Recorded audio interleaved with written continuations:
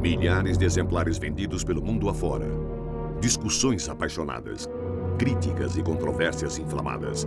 Poucas vezes uma obra suscitou tanta polêmica e tantas paixões quanto o Código da Vinci, escrito por Dan Brown. O autor desenvolve uma tese no mínimo explosiva. Trata-se da história de um segredo de 2000 anos escondido pelas igrejas cristãs e por alguns iniciados. Esta teoria, que não tem nada de novo, está fundamentada na história de Jesus e de Maria Madalena. Os dois teriam sido casados, teriam vivido no sul da França e inclusive deixado uma descendência real. Uma teoria baseada em fatos reais que ao longo da história foram escondidos e codificados por um grupo de iniciados, dos quais fazia parte Leonardo da Vinci, que dá o nome ao romance.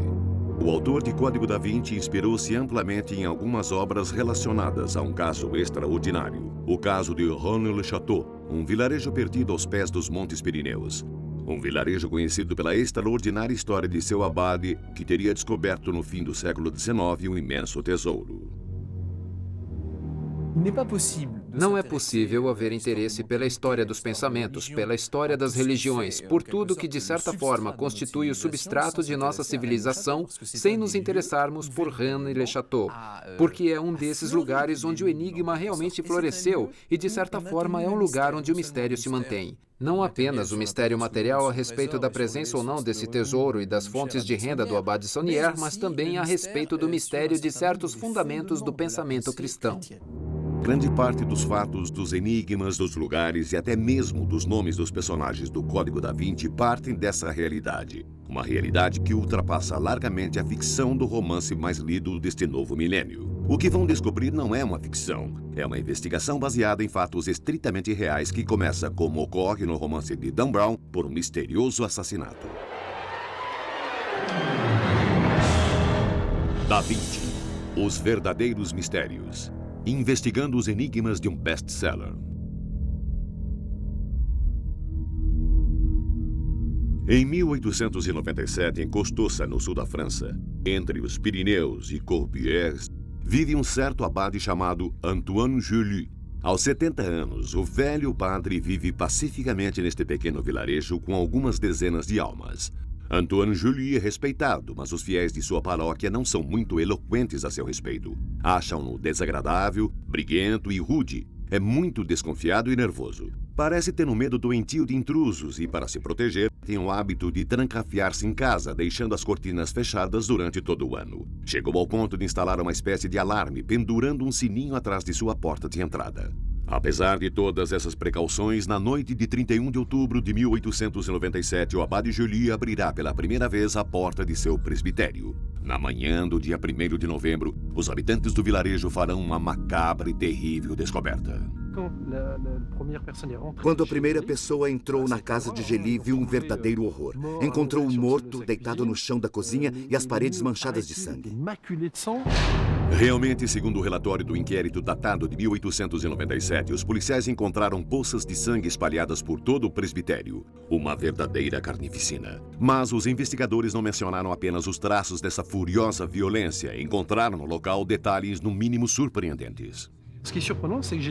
Julie foi encontrado no chão, estirado no meio de sua cozinha, deitado, banhado numa poça de sangue. E o que surpreende são as mãos que estavam postas sobre o peito, como se fazia na época quando alguém morria. Havia uma noção de respeito. E também havia um detalhe que até hoje intriga, que não dá para ignorar. Havia uma folha de papel de cigarro com um maço ao lado, sobre a qual estava uma frase, mal escrita, talvez apressadamente: Viva Angelina! Uma mensagem estranha. Na época, os investigadores procuraram alguma Angelina que fizesse parte das pessoas com as quais o abade convivia. Em vão. Tratava-se provavelmente de uma mensagem codificada.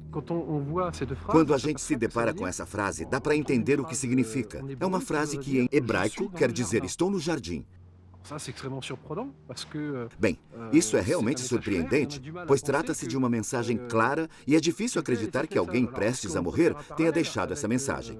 A questão é que podemos fazer um paralelo com o Código da Vinci, onde temos Jacques Saunière, que foi encontrado morto no Louvre e que deixou pistas, dentre as quais uma frase, escrita com o próprio sangue. Bom, não vou dizer que foi Julie quem escreveu Viva Angelina no pedaço de papel, porque o pobre homem estava com o crânio estourado. Estava morto. Mas alguém escreveu.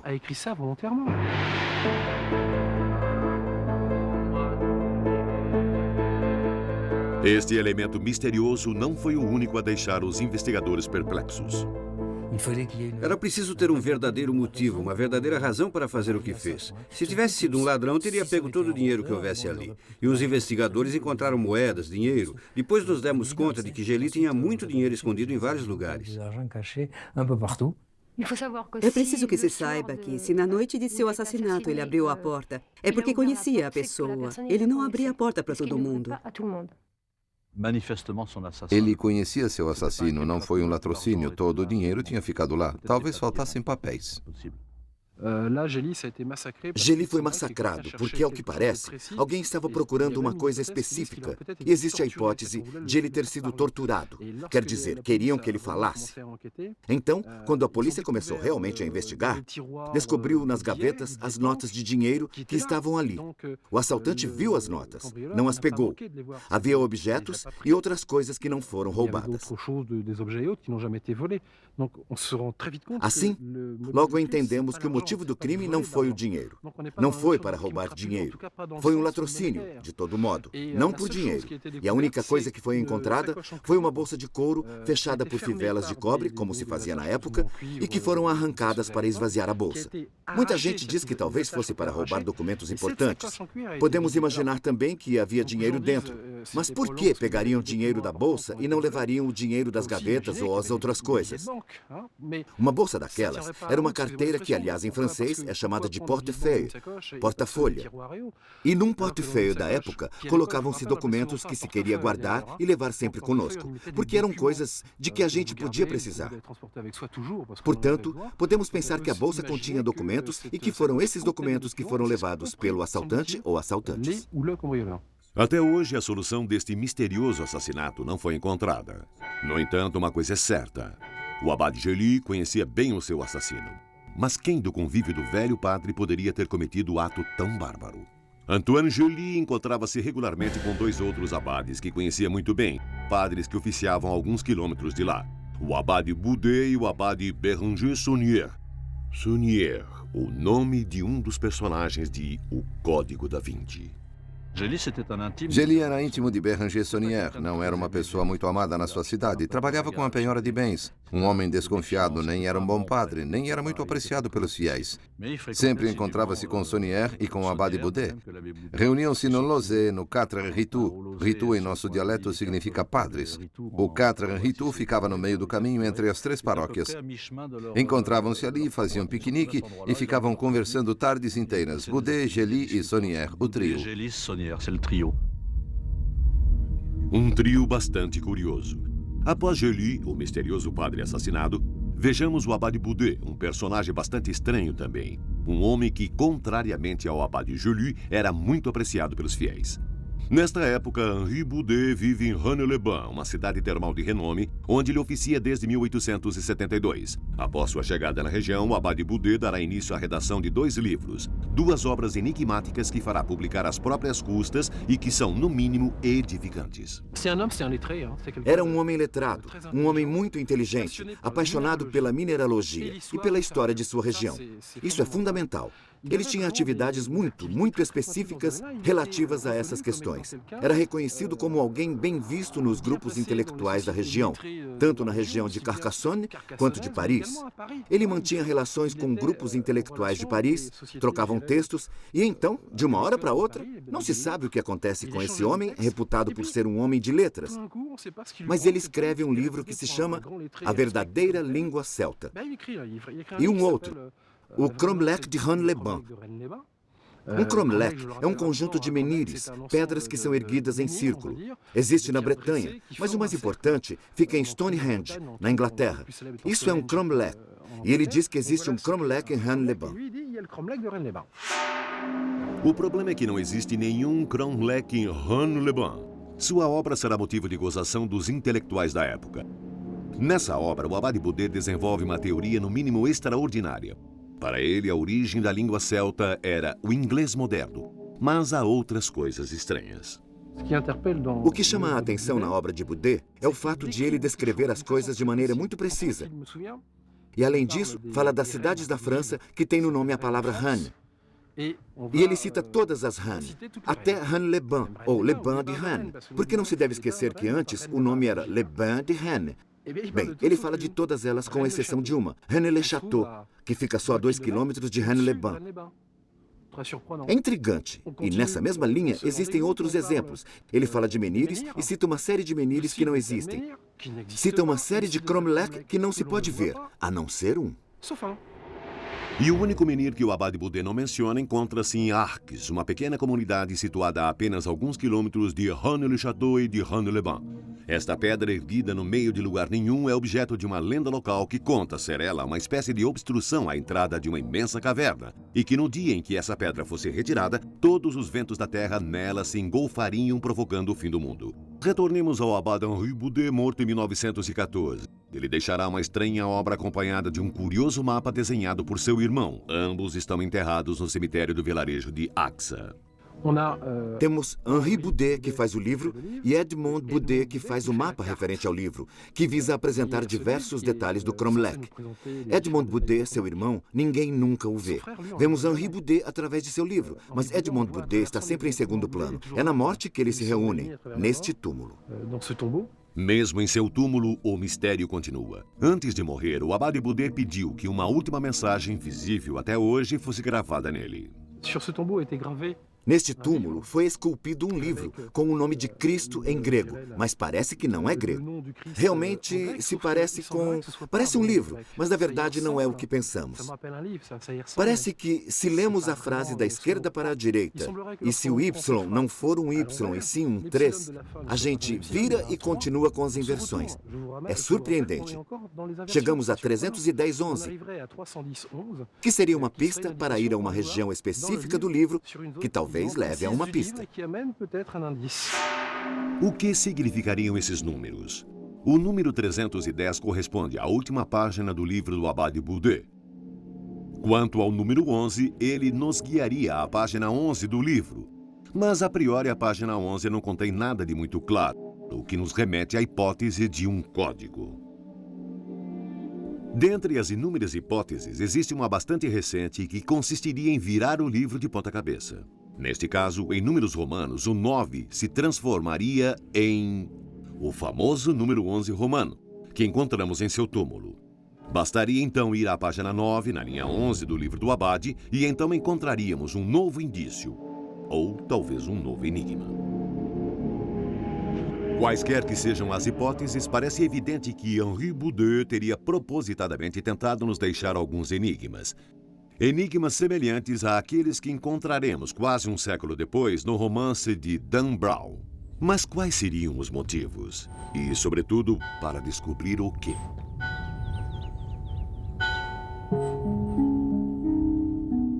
Nada mais que simples padres e já temos duas histórias nada banais. Mas o mais incrível ainda está por vir. Apenas a 3 quilômetros de Han-les-Bains, na mesma época, vive um outro homem da igreja, provavelmente o mais enigmático dos três. Trata-se do Abade Saunier. Ele vivia em Han-le-Château, vilarejo que foi estranhamente esquecido por Henri Budé em sua obra sobre as cidades e os vilarejos contendo a palavra Rani. Béranger Saunier, um homem muito ambicioso, marcará para sempre a história do pequeno vilarejo Han-le-Château. Digamos que era um espertalhão, devia ter 1,90 m de altura, determinado, alguém que empregava todos os meios para atingir suas metas e objetivos. Creio que as pessoas do vilarejo admiravam o padre e talvez o temessem um pouco. Béranger Saunier é um vizinho. Nasceu em Montazel, é filho de uma família de notáveis da região. Não é filho de um pobre camponês. É daquelas pessoas que são bem de vida. Ele conhecia bem o lugar. Vinha caçar e pescar aqui na região quando era criança. E até falava o nosso dialeto. Todo mundo o conhecia há muito tempo. E então ele vem ocupar o lugar de padre. No início, sua missão é simplesmente a de um padre do campo. Quando de sua chegada em 1885, o jovem abade descobrirá essa nova igreja dedicada a Maria Madalena há quase 1000 anos. Ele encontrou a igreja em estado lastimável. Os padres precedentes tinham feito a mesma observação. Então ele se lança na restauração. Pouco tempo após sua chegada, talvez um ano depois, ele se lança na restauração de sua igreja. E para restaurar sua igreja, ele vai bater à porta do prefeito, que lhe diz que não há dinheiro. Então, se não há dinheiro e se ele quer restaurar a igreja, precisa procurar dinheiro em outro lugar. Mas procurar dinheiro em outro lugar é difícil, e na época era mais difícil encontrar doadores do que hoje em dia. E o que ele faz? Lança a mão não exatamente de uma subscrição, mas vamos chamar de subscrição. Ele pede às pessoas que o ajudem a restaurar sua igreja. Ele investe suas pequenas economias, 600 francos da época. Não é que ele não tivesse dinheiro quando chegou aqui. 600 francos era ouro, representava um certo volume de dinheiro. Esse dinheiro ele investe na restauração do teto para que não chovesse mais dentro da igreja. E começa a restauração do presbitério, mas não tem fundos para isso. A igreja, parcialmente renovada, logo começa a ver a volta de seus fiéis. Em pouco tempo, o abade Saunier começará a pregar e a defender a causa da coroa. Mas seus discursos inflamados que visam motivar os fiéis a votarem contra os republicanos da época lhe valerão uma severa sanção. O abade Saunier terá de deixar o vilarejo de Rennes-le-Château durante alguns meses, período em que ficará privado de toda a renda. Durante esse tempo, ficará alojado em Narbonne. 3 meses depois, passado o período da sanção, retornará a Rennes-le-Château. Mas quando volta de Narbonne, tudo muda. Ele volta de Narbonne, tinha ido para lá para dar aulas particulares no seminário, e volta com uma boa soma de dinheiro, 3.000 francos. Valia ouro. Representavam 5 anos de salário do padre. Esse dinheiro havia sido dado a ele para a restauração de sua igreja. Isso pode ser visto em seu livro caixa, onde coloca a doação da Condessa de Chambord. E, na minha opinião, foi aí que tudo começou. Foi a partir dessa doação da Condessa de Chambord. Quem era ela? Era a viúva do herdeiro do trono da França que teria reinado sob o nome de Henrique V de Chambord e que havia morrido alguns anos antes. O interessante é que, devido aos laços de família, ela está ligada aos Habsburg. E é uma das Habsburg, uma parente próxima do imperador da Áustria. Esta é a primeira vez que alguém dá dinheiro a Bérenger Saunier. E essa pessoa não é qualquer uma.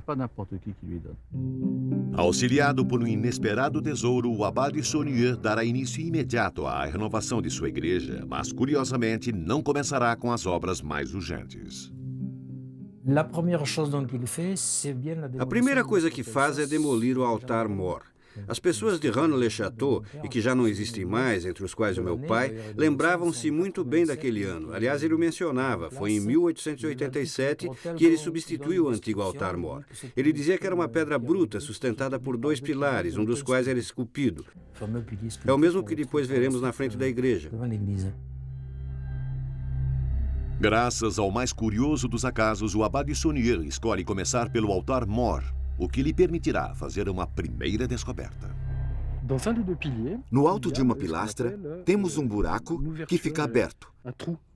Parece que provavelmente ele descobre ali algumas relíquias, ossos, esse tipo de coisa. E isso era muito frequente, pois quando uma igreja era construída, colocavam-se relíquias em algum lugar do recinto. Frequentemente faziam isso com a primeira pedra.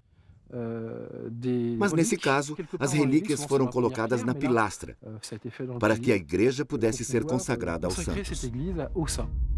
É provável que Bérenger Saunier tenha descoberto relíquias associadas a Maria Madalena, pois a igreja do vilarejo era dedicada à santa há quase 1 milênio. As obras continuarão e muito rapidamente, e o padre, auxiliado por algumas pessoas do vilarejo, fará uma nova e ainda mais importante descoberta. Meu bisavô disse que quando os operários demoliam, acho que era o púlpito, ele viu que num velho balaústre de madeira havia um entalhe aberto e que dentro dele havia um raio de sol que reluzia. Viu um pequeno frasco com um documento. Então ele levou o documento para o abade Saunier e nunca soube o que aconteceu com ele. O abade Saunier deve ter dito algo assim: obrigado, homem, devem ser umas relíquias. Ao ler a mensagem, ele vai ao fundo da igreja e pede aos operários que estavam ali para levantar uma grande laje que não contém nenhuma marca particular. Pede que a levantem, e eles a levantam, e então vem a primeira surpresa. A laje é a parte escondida, a parte que estava com a face virada para a terra estava esculpida num lindo baixo relevo da época carolíngia. Esta foi a primeira surpresa. Segunda surpresa, abaixo existe uma sepultura, tem estátuas tumulares, tem mortos ali.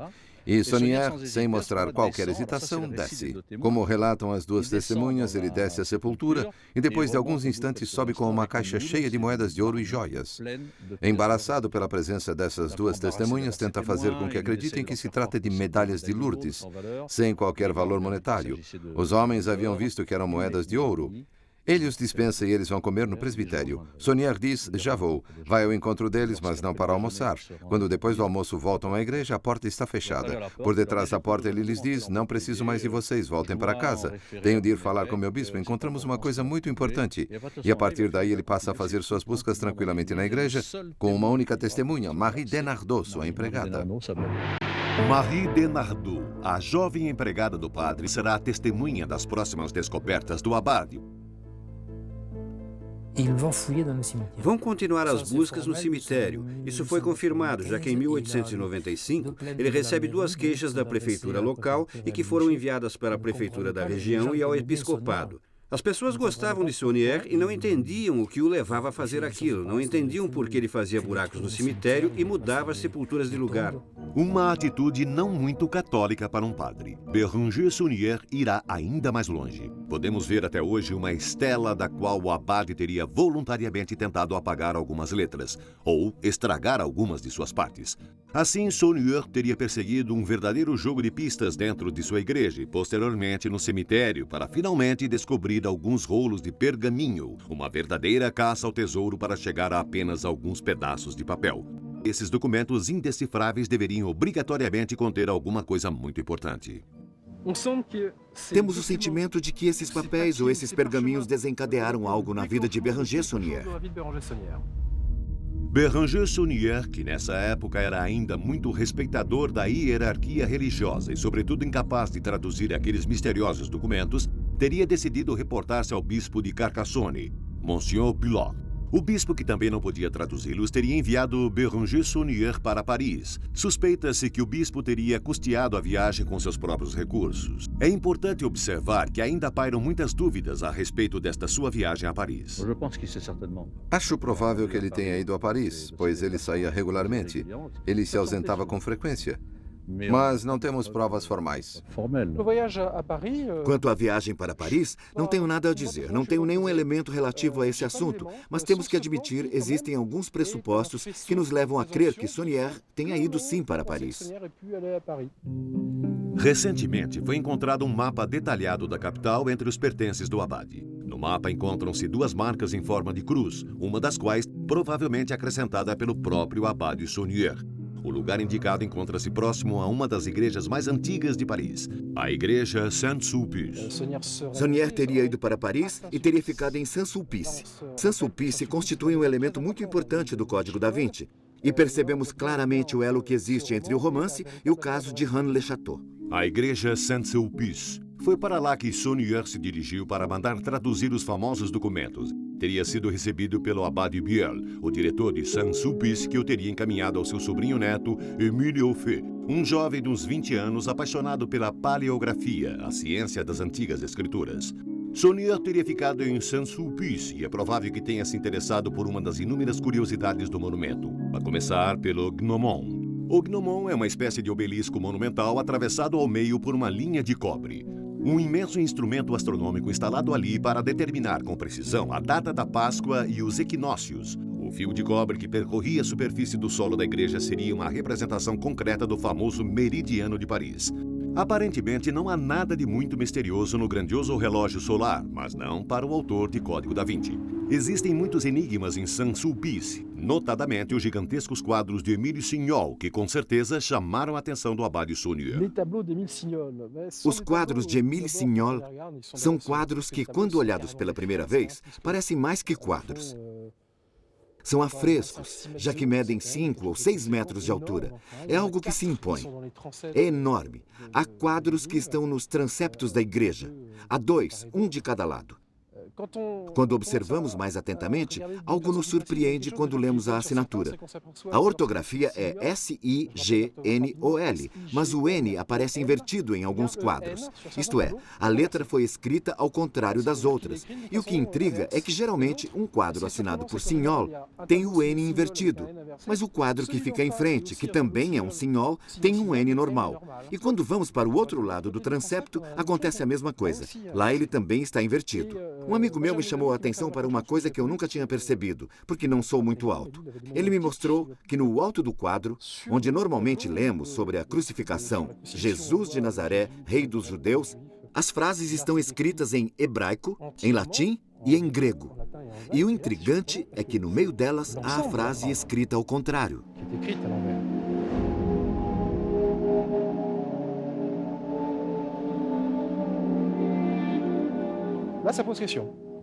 Surge a questão: por que este homem, Signol, que pintou afrescos, escreveu, entre outras frases, esta frase invertida e assinou invertendo o N de seu nome? Lembro a vocês que o N invertido também é encontrado em Rennes-le-Château, no velho túmulo de Saunière, onde estava escrito INRI. Não preciso explicar o que isso quer dizer, todos já sabem, mas o N está invertido. E não é apenas ali que encontramos Ns invertidos. Agora pergunto: o que significa esse N invertido? Por que um pintor como Signol assina de 2 maneiras diferentes seus 4 quadros? Se sabemos que ele não era nada bobo e que sabia escrever, então seu N invertido foi feito conscientemente. E a pergunta é: com que propósito? Será que o abade Saunière conhecia as chaves desse novo enigma? Ao que parece, nosso abade teria aproveitado de sua estadia em Paris para visitar um dos lugares mais importantes do Código da Vinci, o Museu do Louvre. Ele teria sucumbido aos charmes da célebre Gioconda de Leonardo da Vinci, um quadro que, segundo o romance de Dan Brown, é codificado. Outra obra-prima da pintura chamará ainda mais a atenção do abade Saunière: Le Berger d'Arcadie, Os Pastores de Arcádia, de Nicolas Poussin.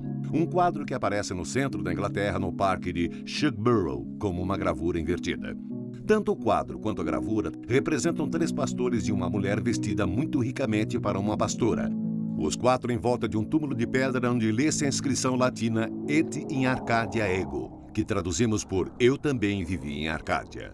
O acaso faz com que a alguns quilômetros de Rennes-le-Château encontremos a pequena cidade de Arcas, agora chamada Arques. Há alguns anos ainda era possível ver um túmulo com uma passagem muito similar ao que foi representado no quadro de Poussin. Mas não apenas isso. Foi lá que encontramos o famoso menhir esquecido pelo abade Boudet e a estranha lenda a respeito de uma imensa caverna que nunca poderia ser aberta, pois caso contrário provocaria o fim do mundo. Depois de sua estadia em Paris, o abade Saunière teria voltado ao seu pequeno vilarejo perdido, com uma reprodução do quadro de Nicolas Poussin e provavelmente com os famosos documentos os quais não sabemos se puderam ou não ser traduzidos. O que se sabe é que assim que voltou, começou a realizar grandes obras que, se comparadas ao tamanho do vilarejo, eram descomunais. É importante saber que essa ideia de fazer construções em Rennes-le-Château é coisa antiga para ele, pois em 1895, eu acho, ele havia comprado, em nome de Marie, as ruínas que ficavam em frente ao velho presbitério. Mandou demoli-las e foi ali que mais tarde a Vila Betani seria construída. Portanto, ele já tinha ideia de fazer alguma coisa muito importante em Rennes-le-Château. Em poucos anos, ele erguerá uma torre neogótica, grandes jardins, um pequeno zoológico exótico, uma casa espaçosa, um calvário, fontes e uma vidreira. Todas essas construções dedicadas a Maria Madalena custarão uma verdadeira fortuna ao abade Béranger Saunière, que, como estamos lembrados, era um simples padre de um pequeno vilarejo de apenas uma centena de habitantes. Gastou muito dinheiro com essas construções. Entrou numa espiral de construtor, o que demandava muito dinheiro. E, por certo, ele devia ter muitos meios para obter fundos. Onde? Quando? Como? Mistério. Para muitas pessoas, a explicação seria simples. O abade Saunière teria encontrado um incrível tesouro. Aliás, essa mesma teoria tem atraído desde 1960 numerosos caçadores de tesouro para Rennes-le-Château e seus arredores. Fizeram tantas buscas e escavações que algumas construções do vilarejo corriam o risco de desabar sobre os túneis aleatoriamente abertos. O mito do fabuloso tesouro foi cultivado pela famosa Marie de Nardot, a empregada do abade Saunière, que viveu até o ano de 1953. Ela dizia que Saunière havia encontrado um tesouro, o que era facilmente aceito, pois já havíamos visto as moedas de ouro encontradas na igreja. Portanto, podia ser a explicação. Mas, além disso, para as pessoas de Rennes-le-Château que lhe interrogavam, por exemplo, ao meu pai, que tinha 18 anos na época em que o abade morreu, ela dizia: pobrezinhos, vocês estão andando sobre ouro e nem sabem. Ela dizia isso. E também dizia: com o que o abade deixou, Rennes-le-Château poderia viver durante 100 anos e ainda sobraria. Será que ela queria proteger alguém ou encontrar uma explicação plausível? Essa história de tesouro era bastante plausível. As pessoas aceitavam a ideia de que o abade fosse rico. Não acredito nessa teoria de que foi um tesouro que o ajudou a construir isso que vemos hoje. E quando a gente vê seus livros caixa, e temos esses livros, e vemos o tempo enorme que levou e que toda hora ele tinha de pagar alguma coisa, sinceramente, se ele tivesse todo esse dinheiro, não sei se ele teria esperado tanto tempo. Agora, se ele tivesse realmente sido tão rico assim, acho que não teria tido problemas. Às vezes ele mandava parar as obras por falta de dinheiro. Então, isso é claro, ele precisava ir ao banco para retirar dinheiro. Dá para ver que primeiro o dinheiro entra no livro caixa e só então ele paga as faturas. Portanto, em outras palavras, ele espera que alguém lhe dê o dinheiro para pagar o que deve. Ele mantinha relações epistolares com um banco em Budapeste, o Fritz Dörge. Encontrei essa referência em um de seus documentos. Muito intrigante para um padre do campo. Não haveria tal fabuloso tesouro em Rennes-le-Château. Mas a história carregada do vilarejo leva a crer que algumas civilizações poderiam ter escondido ali as suas riquezas, a começar pelos visigodos, um povo de guerreiros que invadiu uma grande parte da Europa no século V de nossa era e que havia feito de Redá, o antigo nome de Rennes-le-Château, um de seus centros de força.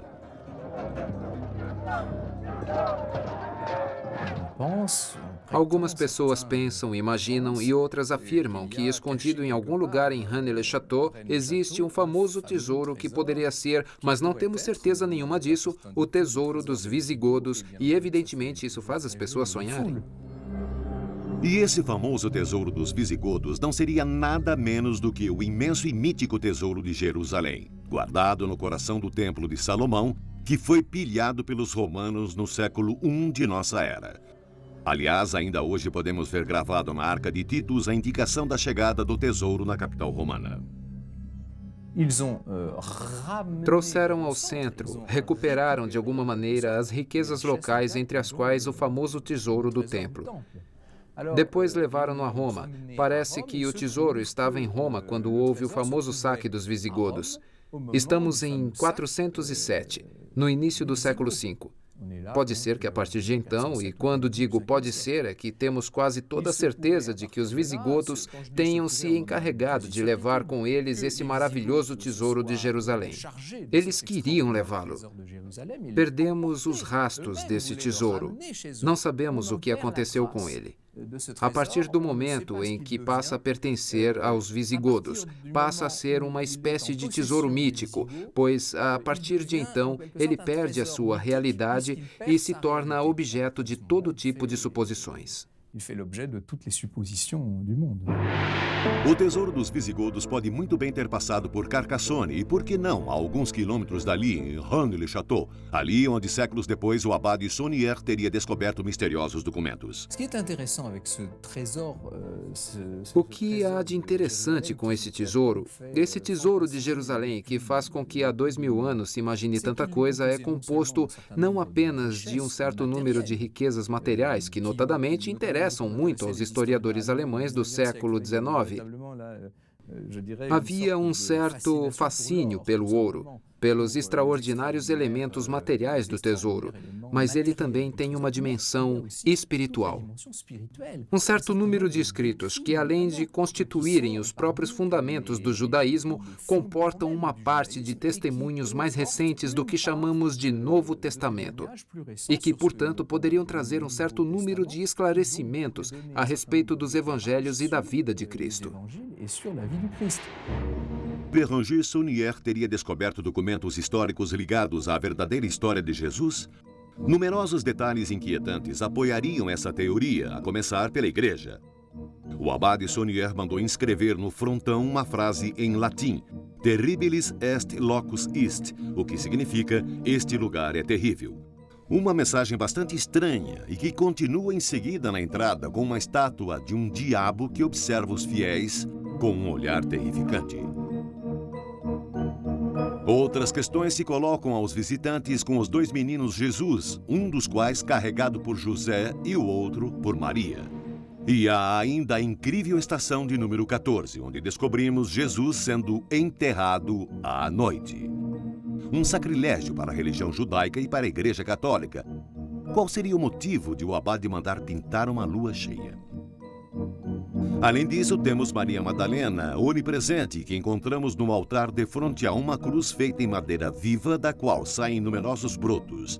O abade Saunière teria também acrescentado a enigmática paisagem que podemos ver à esquerda da santa. Enfim, dentre os numerosos mistérios que a igreja comporta, podemos notar que as 5 principais estátuas de santos trazem nomes cujas iniciais formariam o nome mítico do Graal. Seria uma simples coincidência ou o desejo de codificar a sua igreja? Até mesmo os mais céticos questionam. É verdade que há estátuas que podem levar à confusão. A gente pergunta, por que será que estão ali? O baixo relevo do fundo da igreja é intrigante. É intrigante porque é uma igreja tão pequena e com um baixo relevo tão largo e tão grande. A gente se pergunta qual seria o motivo disso tudo. Temos que admitir que atrás de um afresco, aliás magnífico, parece uma obra de um grande mestre. Não sei se as pessoas o veem, elas só veem a ponta do próprio nariz, mas não veem a beleza do quadro que está atrás e que dá a impressão que a igreja é mais larga.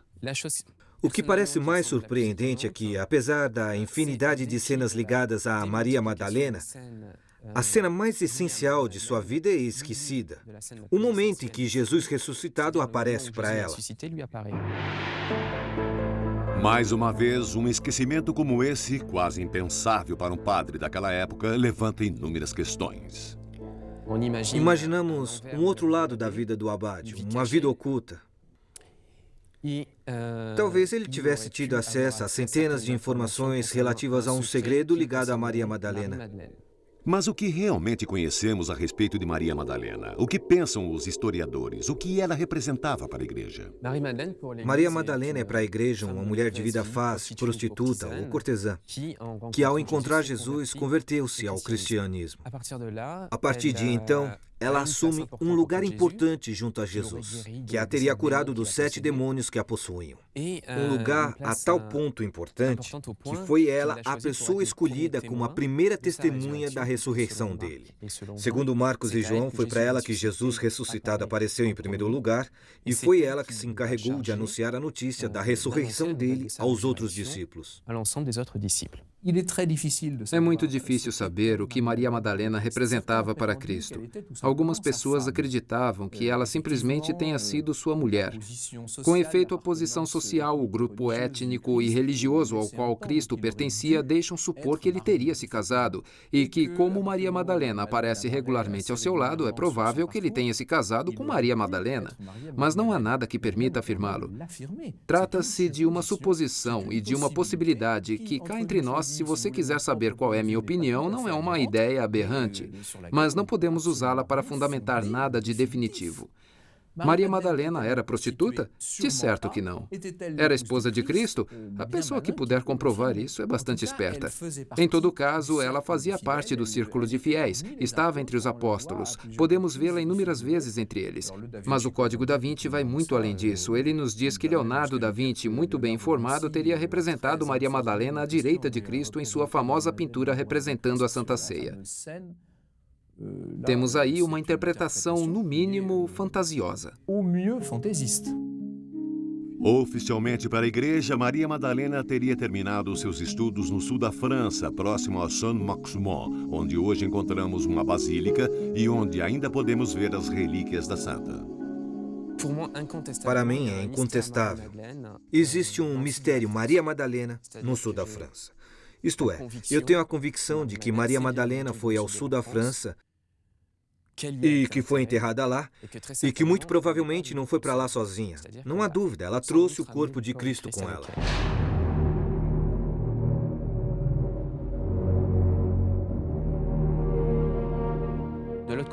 Por outro lado, temos Saunière, que devotava um culto desmedido a Maria Madalena. Existe o fato de que, à sua volta naquela época, na região de Rennes-le-Château, existiam pessoas que pertenciam à igreja gnóstica de Doniel e que acreditavam que Maria Madalena havia trazido o corpo de Cristo para a Gália e escondendo-o dos homens. Temos o domínio do abade, que, de certa forma, através do seu simbolismo, aproximava-se do discurso daquela igreja. A pergunta que podemos fazer é: será que é uma coincidência? Já que não existe nenhum documento confirmando com objetividade as descobertas feitas pelo abade Saunière ou seu relacionamento com aquele meio religioso? Ou será que os dois casos estão ligados? Pessoalmente, não vou me pronunciar. Aparentemente, o segredo descoberto pelo abade Saunière já era conhecido por alguns iniciados que, bem antes dele, haviam codificado a explosiva revelação. É possível que ainda hoje alguns poucos indivíduos conheçam o conteúdo do segredo. O romance de Dan Brown fala de um certo priorado de Sião. Fomos buscar alguém que se diz ser hoje o secretário-geral do priorado de Sião, Gino Sandri, que aceitou nos dar seu parecer a respeito do Código da Vinci, mas que, como vocês poderão observar, ficou bastante embaraçado com algumas questões. O Código da Vinci faz uma descrição romanesca do priorado de Sião, que não tem nada a ver com a realidade. Penso na descrição do ritual, que de forma alguma é um ritual do priorado de Sião. Vocês são ou não os guardiães de um grande segredo? Não responderei essa pergunta. Uma atitude que alimenta ainda mais o mistério deste estranho caso. O caso de Rennes-le-Château, um minúsculo vilarejo que há quase 50 anos vê desfilarem ali numerosas personalidades.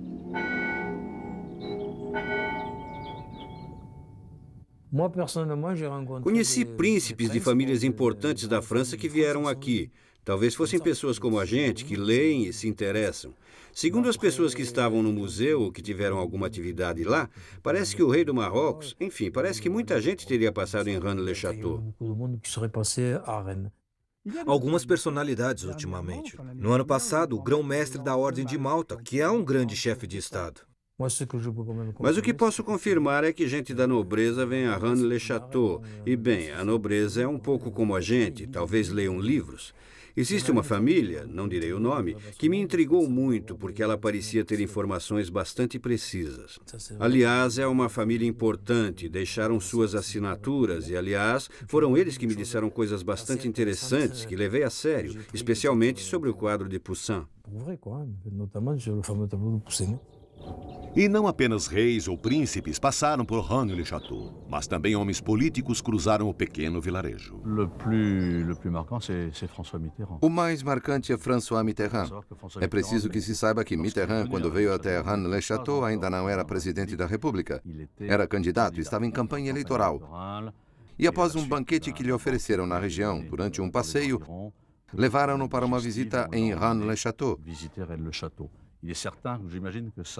Acredito que seu anfitrião conhecia o interesse que ele tinha pelo esoterismo e preferiram levá-lo ali para dizer bom dia ao diabo da igreja de Rennes-le-Château em vez de levá-lo para escalar as colinas de algum castelo cátaro. É claro que isso devia ser muito mais interessante para ele. Assim impõe-se uma pergunta. Por que um candidato à presidência da República Francesa veio perder-se neste fim de mundo a apenas 3 meses de uma eleição tão importante?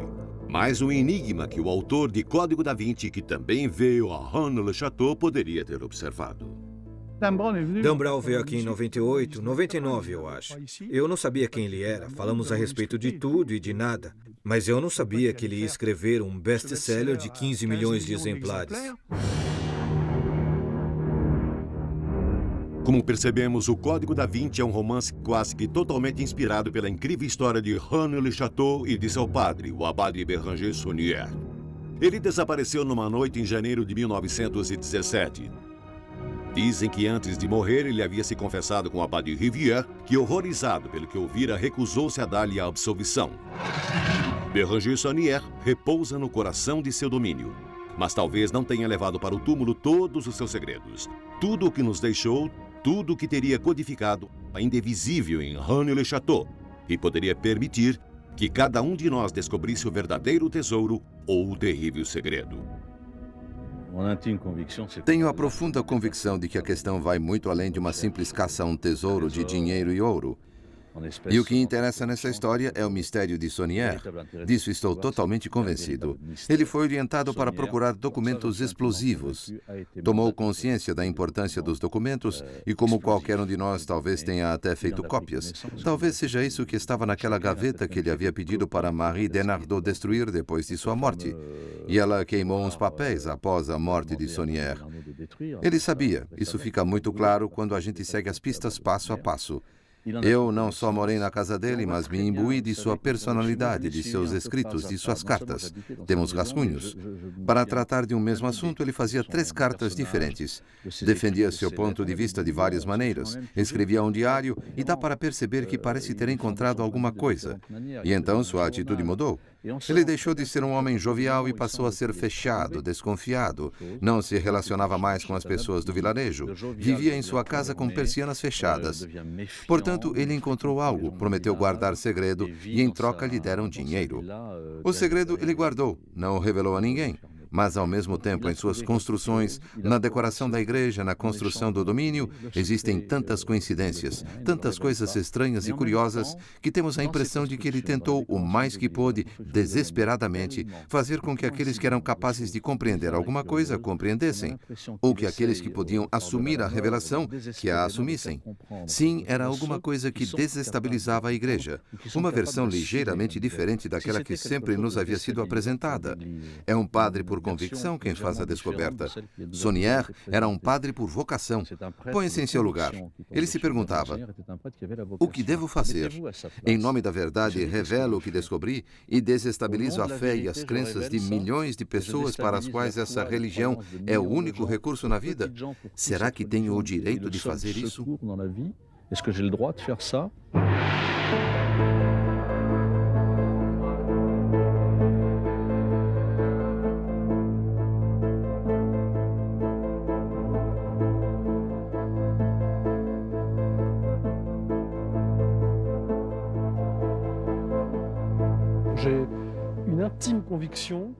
Eu acredito profundamente que René Le Chateau está ligada a um segredo muito maior e que, se pensarmos bem, não seria tão dramático neste século XXI.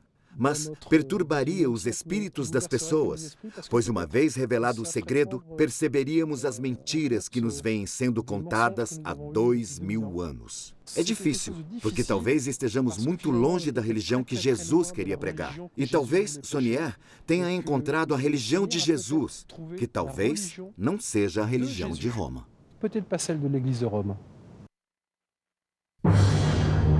Versão brasileira, Dupla Max, São Paulo.